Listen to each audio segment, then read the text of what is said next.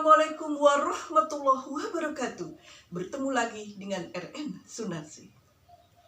Semoga kabar teman-teman semua baik dan dalam kondisi sehat, bahagia selalu. Tidak perlu hebat untuk memulai sesuatu, tetapi memulailah sesuatu untuk menjadi hebat. Itu adalah pesan dari Zig Ziglar. Barangkali pada saat ini ya, ibu-ibu atau bapak-bapak sedang ingin menyekolahkan anak-anaknya atau mengkuliahkan anak-anaknya. Namun kadang ekonomi setiap orang itu kan berbeda. Ada yang mampu, ada yang tidak mampu. Namun jangan putus asa ya kepada orang-orang yang keterbatasan ekonomi, karena masih banyak kesempatan ya. Ada kesempatan supaya kita itu juga bisa sekolah seperti halnya orang-orang yang lain. Ini adalah kisah saya ya, kisah saya sebagai seorang ibu yang ingin sekali menyekolahkan anak-anak saya ke yang lebih tinggi lagi. Meskipun ya ekonomi terbatas, namun saya ingin sekali menyekolahkan semua anak-anak saya untuk mendapatkan masa depan yang lebih baik lagi. Sekolah memang bukan satu-satunya cara untuk menjadi orang yang sukses. Masih banyak cara lain untuk mendapatkan kesuksesan. Tetapi sekolah adalah salah satu cara di mana anak itu akan menjadi orang yang bisa mencari ilmu dan bisa menjadi seorang yang sukses ya. Sukses dunianya, sukses akhiratnya. Kita pernah mendengar bahwa ketika kita ingin hidup menjadi lebih baik, maka perbaikilah sholatmu. Ada kisah yang seperti ini. Sebelum saya ke kisah inti ya, ke kisah nyata saya, ada kisah yang mungkin sebaiknya kita dengarkan ya, dan kita ambil pelajaran dari kisah ini. Kisahnya seperti ini. Ada seorang bapak ya datang menghadap seorang kiai. Assalamualaikum, kata bapak tersebut. Waalaikumsalam, silahkan masuk. Pak, saya mau bertanya, katanya. Oh iya, silahkan cerita. Pak, hidup saya itu kok susah. Utang-utang saya banyak. Anak saya nakal, istri saya sakit-sakitan.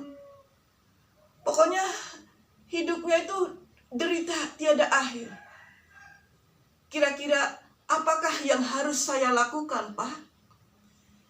Itulah yang ungkapan seorang ayah, seorang bapak datang kepada seorang kiai ya, ketika dia curhat. Kiainya berkata, saya tidak bisa menyampaikan banyak hal, tetapi saya ingin tahu, apakah Bapak sholatnya sudah benar? Apakah istri dan putra Bapak sholatnya sudah benar? Apakah keluarga Bapak sholatnya sudah tepat waktu? Sekarang silahkan Bapak perbaiki dulu sholatnya dan kewajiban-kewajiban Bapak beserta keluarga terhadap Allah Subhanahu wa Ta'ala. Akhirnya pulanglah orang tersebut ke rumah. Dan dia berusaha memperbaiki ukhrawinya, memperbaiki sholatnya beserta istri dan anaknya.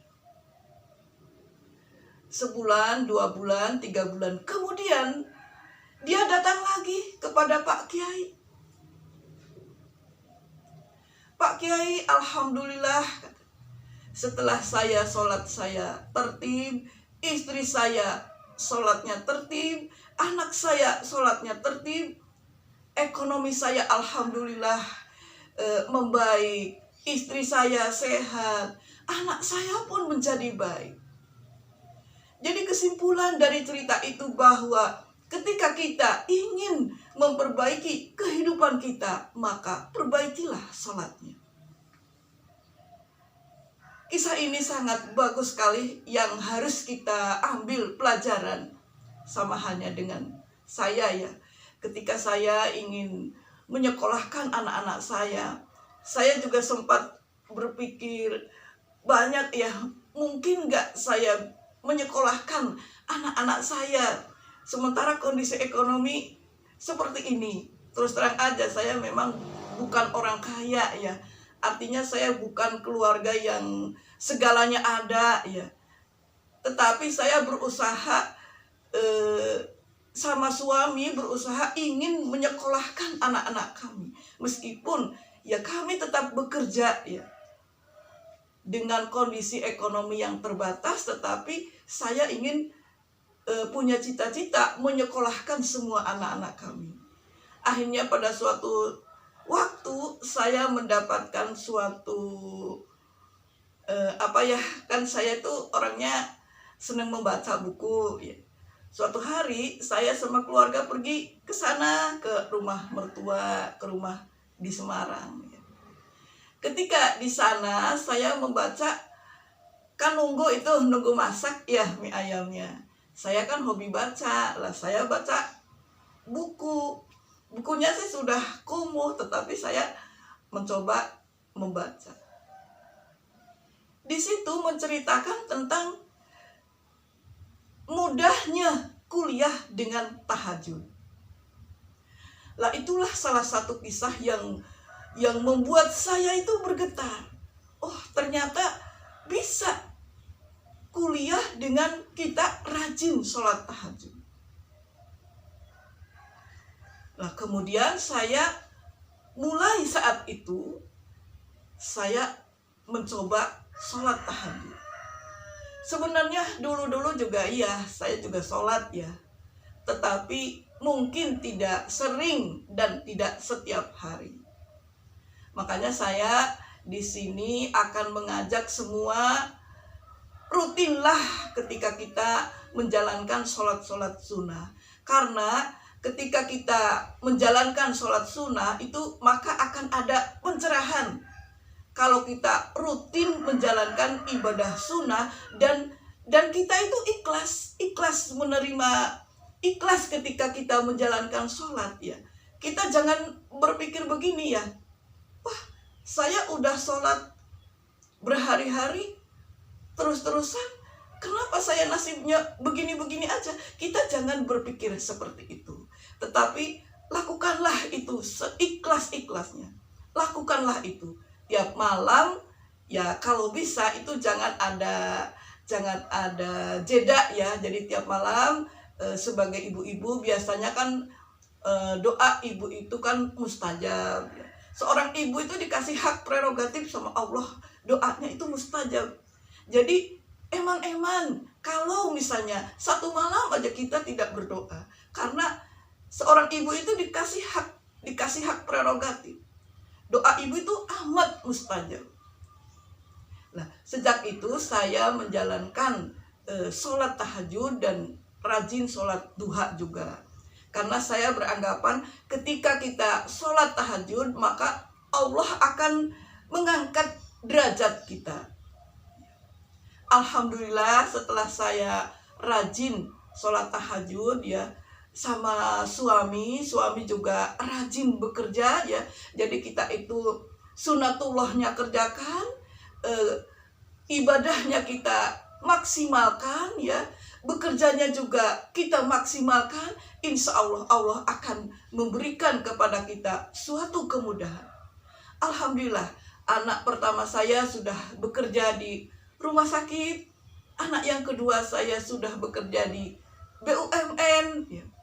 Anak yang ketiga saya alhamdulillah baru kemarin wisuda ya. Dan anak yang keempat saya masih SMA. Mudah-mudahan saya bisa menyekolahkan semua anak-anak saya dengan baik, dengan lancar.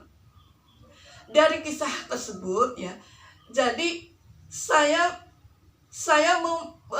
memberi suatu semoga kisah ini bisa memberikan inspirasi kepada orang-orang di luar sana bahwa ketika kita ekonomi terbatas, kita itu masih ada kesempatan.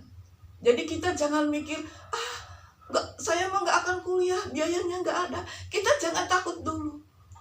Yang penting kita mau berusaha dan mau berdoa dengan keras. Pasti Allah akan mengangkat derajatnya.